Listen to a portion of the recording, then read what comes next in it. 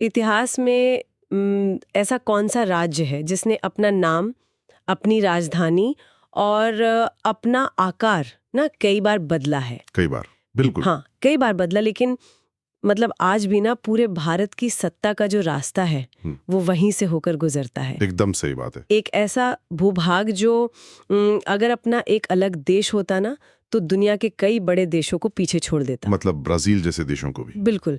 तो जो भी परीक्षार्थी उत्तर प्रदेश शिक्षक पात्रता परीक्षा, मतलब जो यूपी टेट है या सी टेट, यूपी पुलिस या फिर यूपी पीएससी जैसी अहम सरकारी नौकरियों की तैयारी कर रहे हैं ना, तो उनके लिए आज की ये गहन चर्चा किसी ब्रह्मास्त्र से कम नहीं है। एकदम ब्रह्मास्त्र है। हाँ, और आज हमारे पास जो स्रोत है, जो ये टॉपर के नोट्स हमारे सामने हैं, वो इतने सटीक हैं कि आज के इस ज्ञान सत्र से ना परीक्षा के पेपर में कम से कम 2 से 3 नंबर तो पक्के समझे जा सकते हैं। बिल्कुल सही कहा आपने।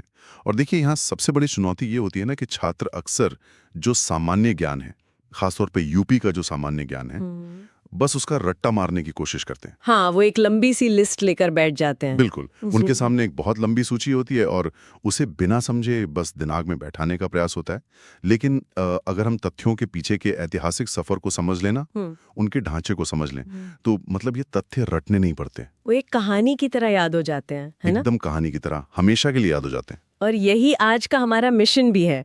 आज हम इन सारी शैक्षिक सामग्रियों का एकदम संपूर्ण निचोड़ निकालने वाले हैं। बिल्कुल। हम बस पन्ने नहीं पलटेंगे, बल्कि गहराई से समझेंगे कि कौन सा तथ्य क्यों महत्वपूर्ण है, ताकि जो भी लोग हमें सुन रहे हैं ना, उन्हें कम समय में सटीक और सीधा परीक्षा में छपने वाले जो तथ्य हैं वो याद हो जाएं। सही कहा। तो चलिए बिना किसी देरी के इस चर्चा को शुरू करते हैं। मतलब किसी भी राज्य की राजनीति या उसके इतिहास को समझने से पहले ना उसकी बुनियादी पहचान को समझना बहुत जरूरी होता है। और जब हम उत्तर प्रदेश की बुनियादी पहचान की बात करते हैं ना, तो मतलब ये पहचान सच में बहुत विशाल है, बहुत बहुआयामी है। इसकी शुरुआत होती है इसके गठन से। आधिकारिक तौर पर राज्य की स्थापना 1 नवंबर 1956 को मानी जाती है। 1 नवंबर 1956। अच्छा, तो चलिए इसकी कुछ परतों को खोलते हैं। अगर हम इसके क्षेत्रफल पर नजर डालें तो ये 2,40,928 वर्ग किलोमीटर है, जो कि बहुत बड़ा हिस्सा है। हाँ, मतलब ये पूरे भारत के कुल क्षेत्रफल का लगभग 7.33% हिस्सा है। और इसे चलाने के लिए 75 जिले और 18 प्रशासनिक प्रभाग हैं जिन्हें हम मंडल कहते हैं। बिल्कुल, 18 मंडल। लेकिन जो आंकड़ा सबसे ज्यादा चौंकाता है ना, वो है यहाँ की जनसंख्या। मतलब 19,98,12,341। मतलब लगभग 20 करोड़ के आसपास। हाँ, लगभग 20 करोड़। रुकिए जरा, इस आंकड़े को ध्यान से समझते हैं। अगर हम इसे दुनिया के नक्शे पर रखें तो क्या होगा? मतलब इतनी बड़ी जनसंख्या को एक ढांचे में कैसे संभाला जाता है? देखिए, ये एक बहुत ही शानदार विश्लेषण है। अगर उत्तर प्रदेश एक स्वतंत्र देश होता ना, तो ये दुनिया का 5वां सबसे अधिक आबादी वाला देश होता। अरे वाह, 5वां? हाँ, 5वां। ये ब्राजील जैसे विशाल देश को भी आबादी के मामले में पीछे छोड़ देता है। अब इतने बड़े भूभाग और इतनी विविध जनसंख्या को एक पहचान में पिरोना सच में एक बहुत बड़ी चुनौती है। वो तो है। जब कोई क्षेत्र इतना विशाल होना, तो उसे एक सूत्र में बांधने के लिए कुछ ऐसे राजकीय प्रतीकों की जरूरत होती है जो उस क्षेत्र की आत्मा को दर्शाएं। अच्छा, जैसे वो राजकीय जो प्रतीक चिन्ह होते? बिल्कुल। उदाहरण के लिए राजकीय पशु बारहसिंगा है, जो यहाँ के तराई और वन क्षेत्रों की प्राकृतिक संपदा का प्रतीक है। हाँ, बारहसिंगा। वो राजकीय पक्षी सारस क्रेन है, राजकीय पुष्प पलाश है और राजकीय वृक्ष अशोक है। और अगर खेल की बात करें तो हॉकी को यह दर्जा मिला हुआ है। अच्छा, हॉकी को। लेकिन यहाँ एक बात पर मुझे थोड़ी उलझन है। मतलब बारहसिंघा, सारस, पलाश, ये सब तो राज्य की प्राकृतिक सुंदरता को दिखाते हैं ना? हाँ, बिल्कुल। लेकिन जब हम राजकीय चिन्ह की बात करते हैं, जो सरकारी मोहरों पर होता है, तो उसमें एक वृत्त है, मतलब एक सर्कल है, जिसमें 2 मछलियां हैं और एक तीर धनुष बना है। सही कहा आपने। ये थोड़ा अलग लगता है ना? ये केवल एक साधारण डिजाइन तो नहीं हो सकता। इसके पीछे क्या कहानी है? आपने बिल्कुल सही जगह ध्यान केंद्रित किया है। ये जो चिन्ह है ना, ये राज्य की सांस्कृतिक और ऐतिहासिक विविधता का एक जीता जागता दृश्य है। मतलब ये कोई साधारण डिजाइन नहीं है। तो इसमें तीर धनुष का क्या मतलब है? इसमें जो तीर धनुष है वो भगवान राम और अयोध्या की जो प्राचीन हिंदू संस्कृति है उसका प्रतीक है। अच्छा, रामराज का प्रतीक। बिल्कुल। वहीं जो दो मछलियां हैं ना, वे अवध के मुस्लिम शासकों और नवाबों के शासनकाल को दर्शाती हैं। ओके, मतलब नवाबों का इतिहास। हाँ, और ये पूरा चिन्ह एक वृत्त के अंदर है जो गंगा जमुनी तहजीब का प्रतीक है, मतलब अलग अलग संस्कृतियों के शांतिपूर्ण सह अस्तित्व का प्रतीक। क्या बात है। और परीक्षाओं के नजरिए से बात करें तो जो भी परीक्षार्थी सुन रहे हैं उन्हें ये ध्यान रखना चाहिए कि पलाश का फूल और सारस पक्षी बार बार पूछे जाते हैं। हाँ, मैंने भी देखा है पिछले पेपर्स में। परीक्षक अक्सर क्या करते हैं ना कि कमल और पलाश के बीच भ्रम पैदा करने की कोशिश करते हैं। देखिए, कमल राष्ट्रीय पुष्प है, लेकिन उत्तर प्रदेश का राजकीय पुष्प पलाश ही है। ये बहुत ही महत्वपूर्ण स्पष्टीकरण था। प्रतीकों के पीछे की ये समझ सच में रट्टा मारने की जरूरत को ना एकदम खत्म कर देती है। बिल्कुल। लेकिन राज्य की ये जो पहचान है, ये रातों रात या किसी एक दिन में तो नहीं बनी होगी।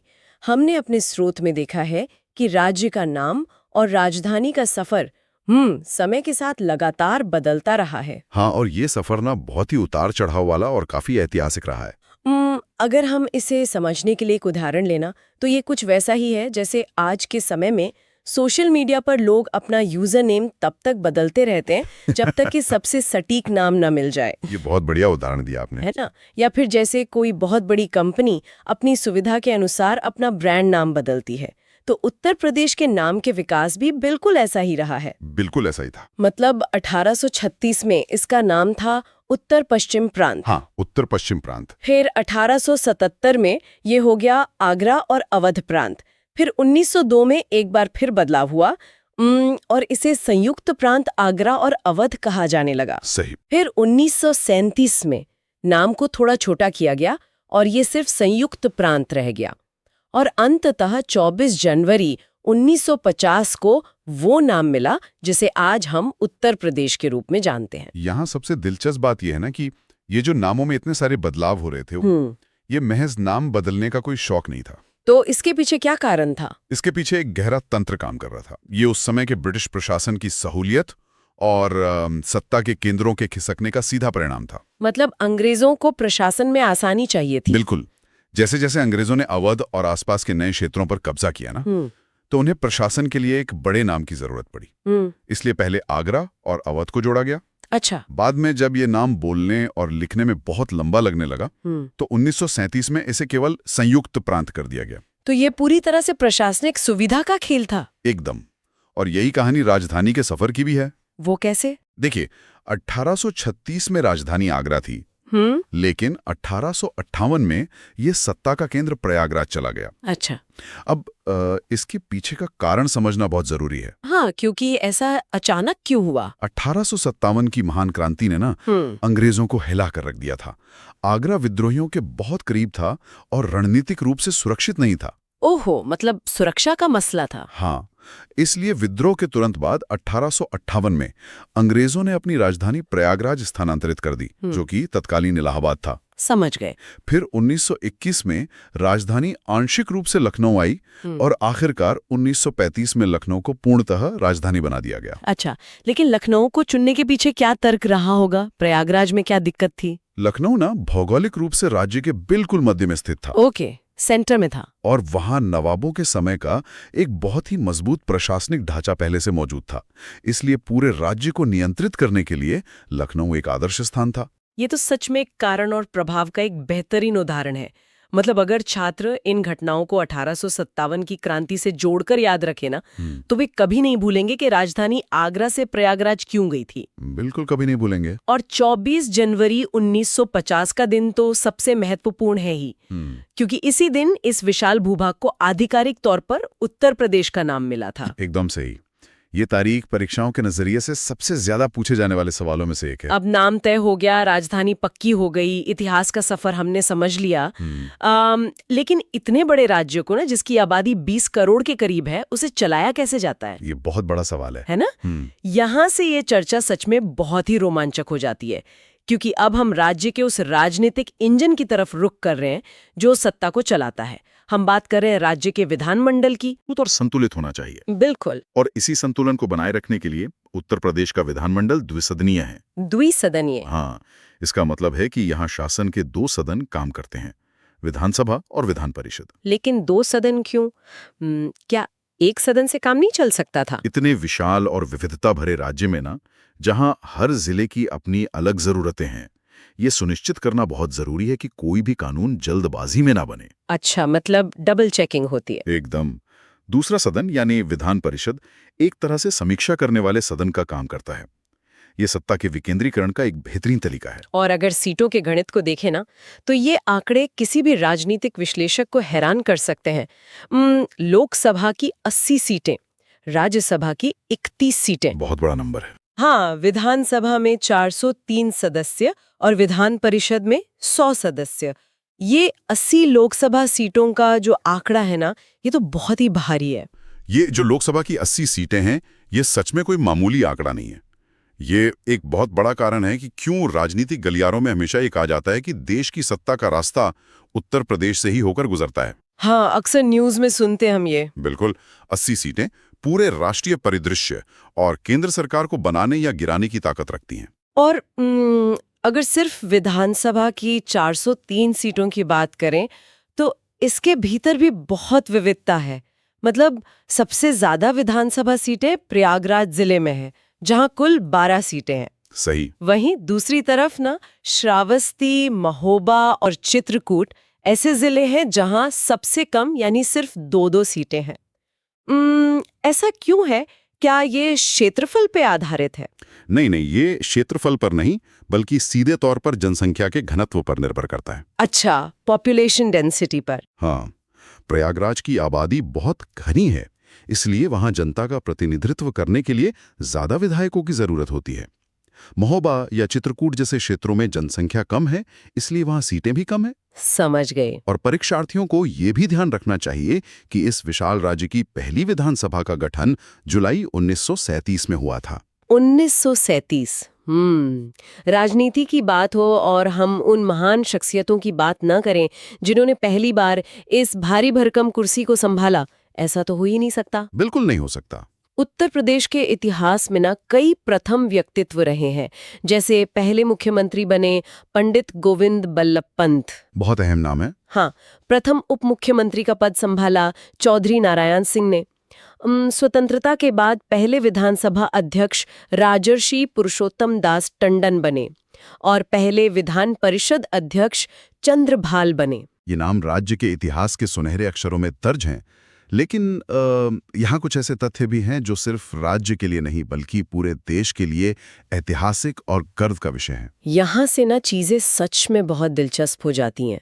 जैसे महिलाओं के नेतृत्व की बात करें, पहली महिला मुख्यमंत्री बनी सुचेता कृपलानी। बिल्कुल। और पहली महिला राज्यपाल बनी सरोजनी नायडू। ये दोनों सिर्फ उत्तर प्रदेश की ही नहीं बल्कि पूरे भारत के इतिहास में किसी भी राज्य में इस पद पर पहुंचने वाली पहली महिलाएं थीं। एकदम सही। और अगर हम इसे परीक्षाओं के चश्मे से देखें ना, तो छात्रों के लिए यहाँ एक बहुत ही काम की सलाह है। वो क्या? जो तथ्य देश में प्रथम का दर्जा रखते हैं ना, जैसे सुचेता कृपलानी और सरोजनी नायडू का नाम, वो यूपी टेट, सी टेट और यूपी पीएससी जैसे एग्जामिनर्स के सबसे पसंदीदा सवाल होते हैं। हाँ, ये तो फेवरेट क्वेश्चंस होते हैं। बिल्कुल। जब भी परीक्षा की तैयारी करें तो इन राष्ट्रीय स्तर पर प्रथम वाले तथ्यों को अपने नोट्स में अलग रंग से हाईलाइट जरूर करें। परीक्षक अक्सर ये जांचना चाहते हैं कि क्या छात्र केवल राज्य की जानकारी रखता है या वह राष्ट्रीय संदर्भ को भी समझता है। ये बहुत ही कमाल की सलाह है। राजनीतिक ढांचे को गहराई से समझने के बाद अब हम चर्चा को राज्य के आधुनिक और भौगोलिक विकास की ओर मोड़ते हैं। हमारे स्रोत में ना कुछ बहुत ही भी हिस्से ने। हाँ, और यहीं पर राष्ट्रीय राजधानी क्षेत्र यानी एनसीआर का महत्व सामने आता है। हाँ, एनसीआर। यूपी के कुल 8 जिले एनसीआर में शामिल है ना? बिल्कुल। ये हैं मेरठ, गाजियाबाद, गौतम बुद्ध नगर, बुलंदशहर, हापुड़, बागपत, मुजफ्फरनगर और शामली। एकदम सही। भौगोलिक विभाजन के बाद ना इन 8 एनसीआर जिलों ने यूपी को एक बिल्कुल नया औद्योगिक और आधुनिक चेहरा दिया है। मतलब इकोनॉमिक हब बन गए। बिल्कुल। गौतम बुद्ध नगर, जिसमें नोएडा और ग्रेटर नोएडा आते हैं, और गाजियाबाद जैसे इलाकों ने राष्ट्रीय और अंतर्राष्ट्रीय निवेश को जिस तरह से खींचा है ना, उसने राज्य के आर्थिक ताकत को एक नई ऊंचाई पर पहुंचा दिया है। ये 8 जिले आज राज्य के सबसे बड़े आर्थिक इंजन हैं। ये समझना बहुत जरूरी था कि एक हिस्सा अलग होने के बावजूद राज्य ने अपना विकास कैसे सुनिश्चित किया।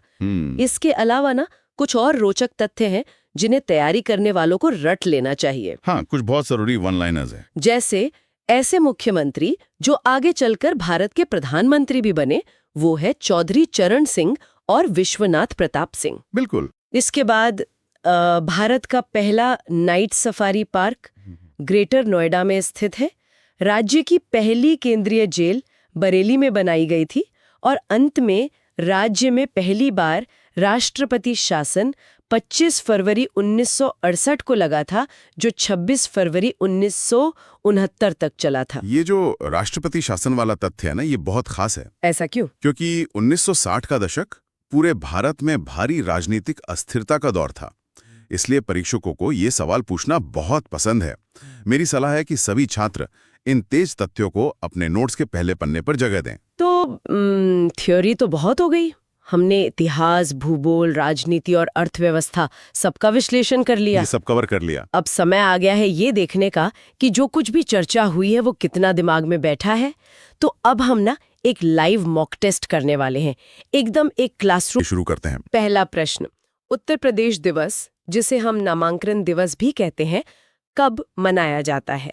आपके विकल्प हैं ए 1 नवंबर, बी 24 जनवरी, सी 9 नवंबर या डी 26 जनवरी।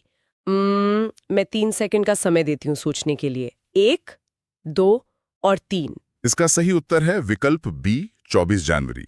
और जैसा कि हमने पहले गहराई से चर्चा की थी, इसकी व्याख्या बहुत सीधी है। हाँ, वो नाम बदलने वाली बात। बिल्कुल। 24 जनवरी 1950 को ही संयुक्त प्रांत का नाम बदलकर आधिकारिक रूप से उत्तर प्रदेश किया गया था। इसीलिए ये दिन यूपी दिवस के रूप में बहुत ही गर्व के साथ मनाया जाता है। बिल्कुल सही जवाब। अब बढ़ते हैं दूसरे प्रश्न की ओर। प्रश्न 2, उत्तर प्रदेश का राजकीय पुष्प क्या है? ध्यान से सुनिएगा। विकल्प है ए कमल, बी गुलाब, सी पलाश या डी गेंदा। मैं फिर से 3 सेकंड का पॉज लेती हूँ। 1, 2, 3। इस प्रश्न का सही उत्तर है विकल्प सी पलाश। पलाश, बिल्कुल। जैसा कि मैंने पहले बताया था ना, परीक्षक अक्सर कमल का विकल्प देकर भ्रमित करने की कोशिश करते हैं। कमल राष्ट्रीय प्रतीक है और पलाश को याद रखने के साथ साथ ये भी तुरंत दोहरा लेना चाहिए कि राजकीय पशु बारहसिंगा है और राजकीय पक्षी सारस क्रेन है। प्रतीकों से जुड़ा एक सवाल परीक्षा में आना लगभग तय ही होता है। शानदार रिवीजन। अब तीसरा और आखिरी प्रश्न, देखते किसका ध्यान पश्चिमी यूपी की तरफ था। प्रश्न 3, राष्ट्रीय राजधानी क्षेत्र यानी एनसीआर में उत्तर प्रदेश के कितने जिले शामिल हैं? विकल्प है ए 7, बी 8, सी 9 या डी 10। 3 सेकंड का समय है आपके पास। 1, 2, 3। इसका सही उत्तर है विकल्प बी 8 जिले। 8 जिले, बिल्कुल। और वो 8 जिले कौन से हैं, ये भी एक बार तेजी से याद कर लेते हैं। मेरठ, गाजियाबाद, गौतम बुद्ध नगर, बुलंदशहर, हापुड़, बागपत, मुजफ्फरनगर और शामली। ये नाम बहुत जरूरी हैं। हाँ, इन 8 नामों को उंगलियों पर याद रखना बहुत जरूरी है, क्योंकि कई बार परीक्षा में सवाल इस तरह आता है कि इनमें से कौन सा जिला एनसीआर में शामिल नहीं है। तब ये सूची बहुत काम आती है।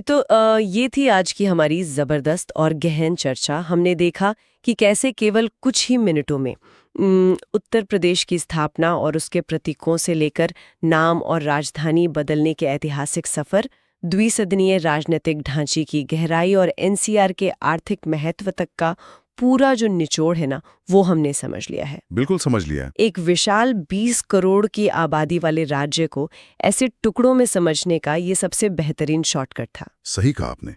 देखिए, जब हम तथ्यों को केवल रट्टा मारने की बजाय उन्हें एक तार्किक क्रम और कहानियों में पिरोकर समझते हैं ना, तो वे हमारी स्मृति का स्थायी हिस्सा बन जाते हैं। बिल्कुल, वो दिमाग में बैठ जाते हैं। 1857 की क्रांति से राजधानी के सफर को जोड़ना या जनसंख्या से विधानसभा सीटों को जोड़ना, यही वो तरीका है जो एक सामान्य छात्र को टॉपर बनाता है। तो जो भी परीक्षार्थी इस चर्चा को सुन रहे हैं ना, अगर आज का ये ज्ञान सत्र आपकी तैयारी में मददगार लगा हो, अगर आपको लगता है कि इस विश्लेषण से आपकी पढ़ाई में कुछ नया मूल्य जुड़ा है, तो इस वीडियो को लाइक करें, अपने साथी परीक्षार्थियों के साथ अपने स्टडी ग्रुप्स में शेयर करें और सब्सक्राइब जरूर करें। हाँ, हमारे चैनल को सब्सक्राइब जरूर करें ताकि ऐसे ही महत्वपूर्ण टॉपिक्स और संपूर्ण निचोड़ वाले जो सत्र हैं वो कभी भी आपसे ना छूटें। और जाने से पहले, जैसा कि आज के हमारे स्रोत की आखिरी स्लाइड में एक चुनौती दी गई है ना, हम भी एक ऐसा सवाल छोड़कर जा रहे हैं जिसका जवाब जो लोग सुन रहे हैं उन्हें खुद खोजना है।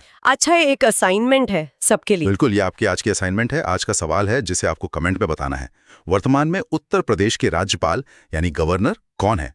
अपना समय लीजिए, खोजिए, पढ़िए और कमेंट्स में इसका सही जवाब जरूर लिखिए। आपकी सफलता की शुभकामनाओं के साथ आज की चर्चा को यहीं विराम देते हैं।